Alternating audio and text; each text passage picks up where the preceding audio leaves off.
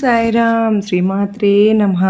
సాయినాథుని దయవలన, అమ్మవారి దయవలన మీరందరూ కూడా సుఖంగా సంతోషంగా ఆయురారోగ్యాలతో ఎప్పుడు కూడా సంతోషంగా ఉండాలని మనస్ఫూర్తిగా అమ్మవారిని బాబావారిని మనస్ఫూర్తిగా కోరుకుంటూ, తల్లి నీకోసం ఈరోజు అమ్మ దుర్గమ్మ నీకోసమే వచ్చిందమ్మ. ఎప్పుడు కూడా అడుగుతూ ఉన్నావుగా, మనస్ఫూర్తిగా నువ్వు అడిగిన అమ్మ వేడుకుంటూ ఉన్న తల్లికి స్వయంగా ఆ తల్లి నీకోసమే ఇంద్ర కీలాద్రి నుండి వచ్చింది. నీ మీద ఎంతో కోపంగా ఉరుకులు పరుగుల మీద వచ్చింది. ఆ అమ్మ సందేశంలో ఆంతర్యం ఏమిటో వెంటనే తెలుసుకో. అమ్మ కోపాన్ని శాంతపరచు. నేనే వెంట పెట్టుకుని ఆ తల్లిని స్వయంగా వచ్చాను అంటే దానిలో ఉన్న అర్థాన్ని నువ్వు గ్రహించాలి. ఈరోజు ఈ సందేశం ద్వారా నేను ఒక చిన్న ప్రయత్నం అయితే చేయబోతున్నాను. మరి పరమార్థాన్ని ఏమిటి అని అమ్మవారు ఎందుకు చెప్తూ ఉన్నారో అర్థం చేసుకో. ఇంద్రకీలాద్రి నుండి వచ్చింది ఆ తల్లి అంటే నువ్వు ఖచ్చితంగా తెలుసుకునే తీరాలి. నీ యొక్క మంచి మనసుతో ఇవాళ గనక నువ్వు విన్నావు అంటే వింటూనే ఉన్నావు కానీ మరచిపోతున్నావును. అమ్మ ఎంతో కోపంగా ఉంది, మరలా వస్తుంది నీకోసం చివరిసారిగా చివరి ప్రయత్నంగా వినిపించబోతోంది. నువ్వు దానిలో ఉన్న పరమార్థాన్ని గ్రహించి ఎక్కడ తప్పు జరుగుతుందో తెలుసుకునే తీరాలి. బిడా, ఇంద్రకీలాద్రి నుంచి వచ్చిన అమ్మ నీకు చెప్తుంది. ఈరోజు నీ యొక్క మనసు నిండా అమ్మ రూపాన్ని నిలుపుకుని ధ్యానించు. ఈ మాటను నువ్వు ఖచ్చితంగా ఆలకించాలి. కొన్ని సందర్భాలలో నీ యొక్క మాటలను, కొన్ని విషయాలను బయట పెట్టకుండా కొన్ని బంధాలను పదిలంగా కాపాడుకుంటూ ఉన్నా కూడా అమ్మ మాటను నిర్లక్ష్యం చేశావు. ఆ చిన్న తప్పు వలన నీవు అమ్మకు కోపం తెప్పించావు. ఆ తల్లిని శాంతపరచడానికి మరొక్కసారి ప్రయత్నం చేయి తల్లి. నీ కుటుంబంలో లేనిపోయినటువంటి గొడవలు, చిక్కులు ఏర్పడుతూ దానివల్లే వస్తూ ఉన్నాయి. చూడమ్మా, ఎప్పుడైనా సరే కానీ నిజం చెప్పడం అనేది మంచిదే, ఒప్పుకుంటాను. కానీ కొన్ని సందర్భాలలో నువ్వు అమ్మను కోపపరిచావు. అందుకనే ఆ తల్లి నీకు ఈరోజు ఎక్కడ పొరపాటు జరిగిందో ఎక్కడ నువ్వు వివరంగా నీకు చెప్పబోతుంది. జాగ్రత్తగా విను అని సాయినాథుడు చెప్తూ ఉన్నారు. మనము వెంటనే జాగ్రత్తగా వినే ప్రయత్నం చేద్దాం. కొత్తగా చూస్తూ ఉంటే కనుక ప్లీజ్ అండి తప్పకుండా సబ్స్క్రైబ్ చేసుకుని, మీకు వీడియో నచ్చినట్లయితే చిన్న లైక్ చేసి సపోర్ట్ చేయండి. మరి పక్కనే ఉన్న సింబల్ని యాక్టివేట్ చేసుకుంటే ప్రతి వీడియో కూడా మీకు వెంటనే చేరిపోతుంది. మరి ఈరోజు అమ్మవారి సందేశం యొక్క మాటల్లోని అర్థం ఈరోజు తెలుసుకుందామా తల్లి? ఈరోజు నాకు చాలా అంటే చాలా కోపంగా ఉందమ్మా. నా మాటలు నువ్వు అసలు పట్టించుకుంటున్నావా? ఈరోజు మాత్రం తప్పకుండా నువ్వు ఇది విని తీరాల్సిందే అని అమ్మవారు ఇలా అంటూ ఉన్నారు. ఈరోజు అమ్మవారు తన బిడ్డలపైన ఎంత కోపంగా ఉన్నాను అని చెప్తున్నారు. ఎందుకంటే ప్రతిరోజు కూడా అమ్మవారు తన బిడ్డల కోసం ఏదో ఒక సందేశం తీసుకొస్తూ ఉంటారు, ఏదో ఒక వార్త మనకు చేరవేస్తూ ఉంటారు. అది తన బిడ్డలు అనుకున్న వారికే అందిస్తూనే ఉన్నారు. మరి మంచి మార్గాన్ని తమ బిడ్డల కోసం చూపిస్తూనే ఉంటారు కదా. వారిలో కొంతమంది బిడ్డలు తన మాటలు పట్టించుకోవడం లేదని, ఆ బిడ్డల మీద చాలా కోపంగా ఉన్నాను అని అమ్మవారు అంటూ ఉన్నారు. వాళ్ళతో ఏమని తెలుసుకోవాలని, ఒకవేళ ఆ బిడ్డల మనసులో వరుసలో మనం కూడా ఉన్నామనుకోండి, తప్పకుండా మన మనసు మార్చుకోవాలి, మన మార్గాన్ని మార్చుకోవాలి. మరి దుర్గమ్మ మాట మనం వినాలి కదా. అయితే దుర్గమ్మ వారు చెప్పేటటువంటి కొన్ని సందర్భాలను బట్టి ఆ బిడ్డల వరుసలో మనం ఉన్నామా లేదా, మనకు దుర్గమ్మ మాట నిజంగా మనం వింటున్నామా లేదా, పెడచెవిని పెట్టేస్తూ ఉన్నామా? ఒకవేళ అయితే కనుక కొంచెం జాగ్రత్త పడాలి కదా. మరి దుర్గమ్మ కోపానికి మనం ఎప్పుడు కూడా కారణం కాకూడదు కదా. మరి అయితే ఎందుకంటే దుర్గమ్మ ఏమి చెప్పినా మన మంచి కోసమే చెప్తారు కదా. మనం బాగుండాలని, మనం ఒక మంచి స్థితికి చేరుకోవాలని మన తల్లి దుర్గమ్మ చెబుతూ ఉంటారు. మరి వాటిని మనం పెడచెవిని పెట్టకుండా చక్కగా పట్టించుకుని మనం కనుక అమ్మవారు జాగ్రత్తగా చెప్పే మాటలు గనక వినమని మనను కోప్పడుతున్నారు అంటే ఆ తల్లికి కూడా ఆ కోపం ఎందుకు వచ్చిందో, ఎలా ఉంటుందో, అది మనం అమ్మవారు ఏదో ఒకటి మనకు చేయలేదని కాదండి, తన మాట మనం వినడం లేదు అని కాదండి, మనం చేతులారా మన జీవితాన్ని మనం నాశనం చేసుకుంటున్నాము. అందుకనే తమ బిడ్డలు తన కోసం ఎంతో సంతోషంగా ఉంటేనే ఆ తల్లికి ఆనందం. మరి అమ్మవారి కన్నా మనకంటే ఎవ్వరు అంత ఆనందపడే వాళ్ళు ఎవరుంటారు? మనం సంతోషంగా ఉంటే నిజంగా ఆనందపడే వ్యక్తి మరి ఇంకెవరు ఉండరు కదా. మరి ప్రపంచంలో ఎవ్వరు కూడా ఉండరు. ఎందుకో తెలుసా, తన బిడ్డల కంటే అమ్మకు అంత ప్రేమ, అంత ఇష్టం. ప్రతిరోజు మనకు ఏదో ఒక మార్గం చూపించటం, మంచి శుభవార్తను తీసుకురావడం, లేదంటే మనం ఏ దారిలో వెళ్ళాలో చెప్పాల్సిన అవసరం అమ్మకు ఉంది.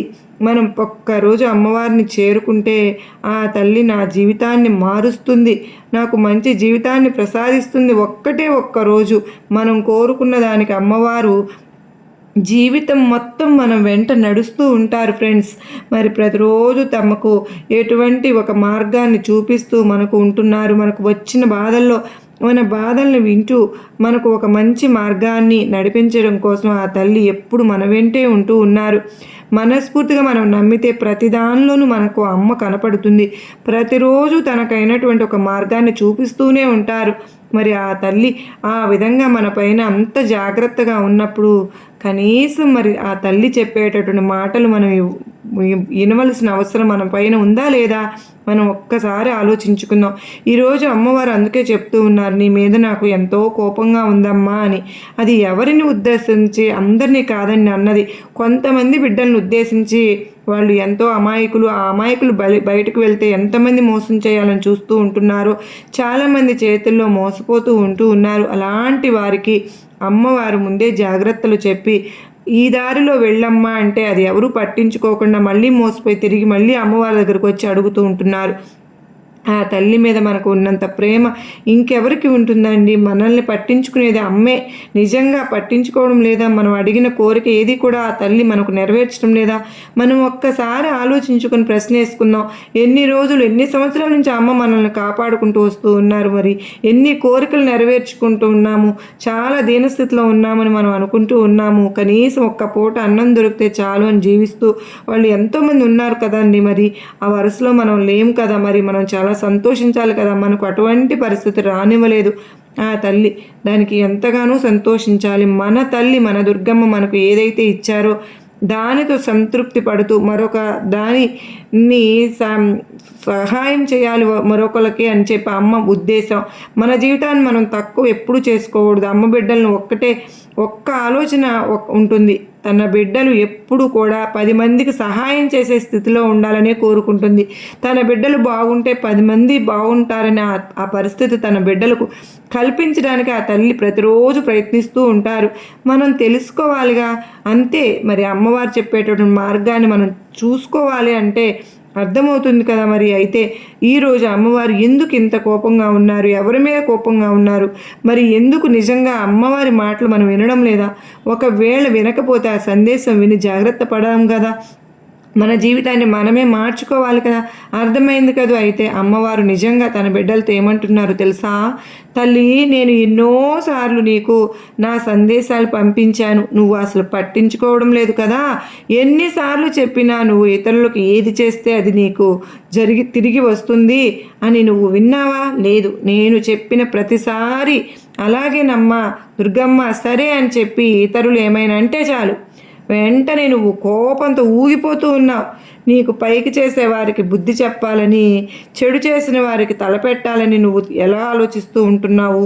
తల్లి, ఎందుకమ్మా అన్నీ కూడా నేను ఉన్నాను, తల్లి తండ్రి నేనే చూసుకుంటాను, నువ్వు ఎందుకు ఈ మాటలు, నీకు ఎన్నిసార్లు నేను చెప్పినా కూడా నా మాటలు పెడచెవిని పెట్టి పట్టించుకోకుండా నువ్వు తప్పుల మీద తప్పులు చేస్తూనే ఉంటున్నావు. అవన్నీ నేను గమనిస్తూ ఉన్నాను తల్లి. అందుకే నేను ఈరోజు నీ మీద చాలా కోపంగా ఉన్నాను. ఎందుకు అంటావా? నువ్వు ఎప్పుడైతే నీ జీవితాన్ని మార్చుకుంటావో అప్పుడే నీ జీవితం బాగుంటుంది. అందుకే ఇన్ని సందేశాలు ప్రతిరోజు నీకు పంపిస్తూ వస్తున్నాను. నీ జీవితం బాగుండాలి అంటే నీ మనసు మారాలి, నీ జీవన విధానం మారాలి. ఈ లోకంలో నిన్ను మోసం చేసేవారు ఎంతోమంది ఉన్నారు బిడ్డ. వారందరికీ చెడు తలపెట్టాలని నువ్వు ఆలోచించవద్దు. నీకు వారి గురించి నీకు అవసరం లేదమ్మా. వారిని నీ తల్లికి అప్పగించు, మిగతాదంతా నేనే చూసుకుంటాను. నీ ఆపద సమయంలో నేను నిన్ను కాపాడుకుంటాను. నా స్వహస్తాలతో నిన్ను కాపాడుకుంటాను తల్లి. నేను ఏదో ఒక రూపంలో వచ్చి నిన్ను మోసం చేసిన వారికి బుద్ధి చెప్తాను. అమ్మా, ఒక్క విషయం గుర్తుపెట్టుకో. నాకేమీ కాదు, నా తల్లి ఉంది అనుకుంటే నీకు ఏమీ జరగదు. అన్నీ నేనే చూసుకుంటాను. నువ్వు ఇప్పుడున్న పరిస్థితి అంతా కూడా మారిపోతుంది తల్లి. కనుకనే నీ ఆలోచనలు మార్చుకో. నీ ఆలోచన విధానమే నీ జీవితాన్ని మారుస్తుంటుంది. అన్నీ కూడా నీ ఆలోచనను బట్టే ఉంటాయని అర్థం చేసుకో. నీకు మంచి మాటలు చెప్పే ఈ దుర్గమ్మ అప్పుడప్పుడు మరచిపోతున్నావు కదూ. ఒక్కొక్కసారి నన్ను మొక్కుతున్నావు, మళ్ళీ నన్ను మరచిపోతున్నావు. బిడ్డ, నీకు వ్యతిరేకంగా ఏదైనా జరిగితే నాపై కోపం తెచ్చేసుకుంటూ ఉన్నావు. ఎందుకమ్మా? నీకోసం ఒక్కొక్కసారి జరిగింది దాని గురించి ఆలోచిస్తూ కూర్చోవడం అవసరమా చెప్పు? అనవసరం కదా. ఎందుకు తెలిసి తల్లి, జరిగిపోయిన దాన్ని ఆపలేం కదా. కనుక జరగాల్సింది ఏంటో ఆలోచించాలి. జరిగిన వాటి గురించి పట్టించుకోకూడదు. నువ్వు వాటినే ఆలోచించడం వల్ల నీకు కోపం వస్తుంది తప్పితే ప్రయోజనం ఏమీ ఉండదు. ఆ కోపంలో నీ బుద్ధి క్షీణిస్తుంది, ఆలోచన విధానం తగ్గిపోతుంది, అనారోగ్య సమస్యలు వస్తాయి. వీటన్నిటికీ కారణం ఒకే ఒక్కటి, అదే నీ కోపం. దాన్ని తగ్గించుకో. ఇలాంటి ఆలోచనల వల్ల నీ భవిష్యత్తు పాడైపోతుందని గుర్తుపెట్టుకో తల్లి. నా బాధ కూడా అదే తల్లి. ఏదైనా జరిగితే దాన్నే తలుచుకుంటూ ఆవేశం తెచ్చుకుంటూ ఉంటున్నావు.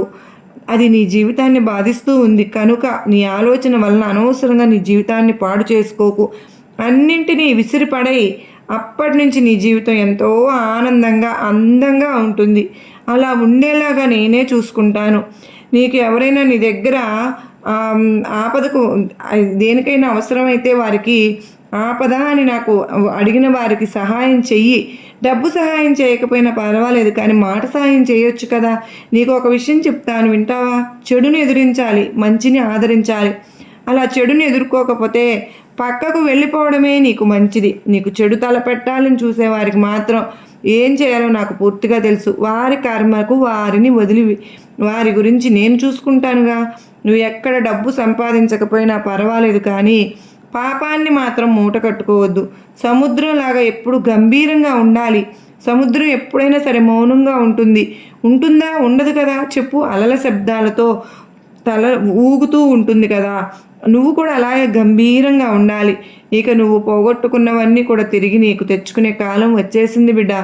అవన్నీ నేనే నీ చేతికి అందిస్తానమ్మా. అది ఏదైనా సరే బిడ్డ, సంపద, బంధమా, ఇలా ఏదైనా నువ్వు కోల్పోయావా, నీకు తిరిగి నేను చేరుతుంది. నా మీద నమ్మకంతో ఉండు.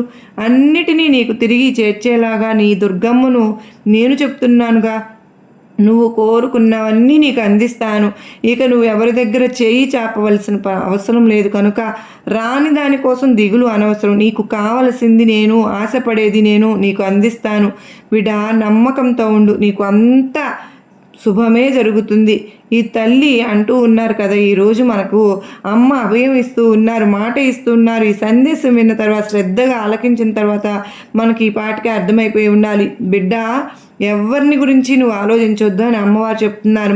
మన అమ్మ మాట వినడానికి ప్రయత్నం చేయాలి కదా, అశ్రద్ధ చేయకూడదు కదా. ఎందుకంటే ఈరోజు తల్లి చెప్పినటువంటి సందేశం మన జీవితాన్ని మార్చేస్తుంది. ఎవరైతే ఎక్కువగా కోపంతో ఊగిపోతూ ఉన్నారో, ఎవరైతే వారికి ఎవరు హాని తలపెట్టాలని వాళ్ళ పైన పగ తీర్చుకుని కోపం తెచ్చుకుంటూ ఉన్నారో వాళ్ళ జీవితంలో చాలా కోల్పోతున్నారని దుర్గమ్మ తల్లి అంటూ ఉన్నారు. ఎందుకంటే ఆ కోపంలో మనం ఏం చేస్తున్నామో మనకు చేయాలనేది కూడా అర్థం కాదు. మన ఆలోచన దెబ్బతింటుంది, విచక్షణ జ్ఞానం కోల్పోతాం. ఇవన్నీ కూడా వీటన్నిటికీ కారణం. ఆ కారణంతో లేనిపోని సమస్యలను మనమే కొని తెచ్చుకుంటూ ఉన్నాం. నిజంగా బాధలు శాశ్వతంగా ఉంటాయా? అవి ఎప్పుడూ ఒక చోట నిలకడగా ఉండవు. బాధలైనా, సుఖాలైనా, సంతోషాలైనా మారుతూ ఉంటాయి. కనుక మనం ఎటువంటి సమస్యలను తెచ్చుకోకుండా, మనం కొని తెచ్చుకోకుండా, మన మీద మనం వేసుకున్నట్లుగా అవ్వుకోకుండా, అందుకే మన కోపాన్ని విసిరి పడేయండి అని చెప్తున్నారు. వారికి సరైన బుద్ధి దుర్గమ్మ చెప్తాను అని అమ్మవారు మనకి ఈరోజు చెప్పిన సందేశం.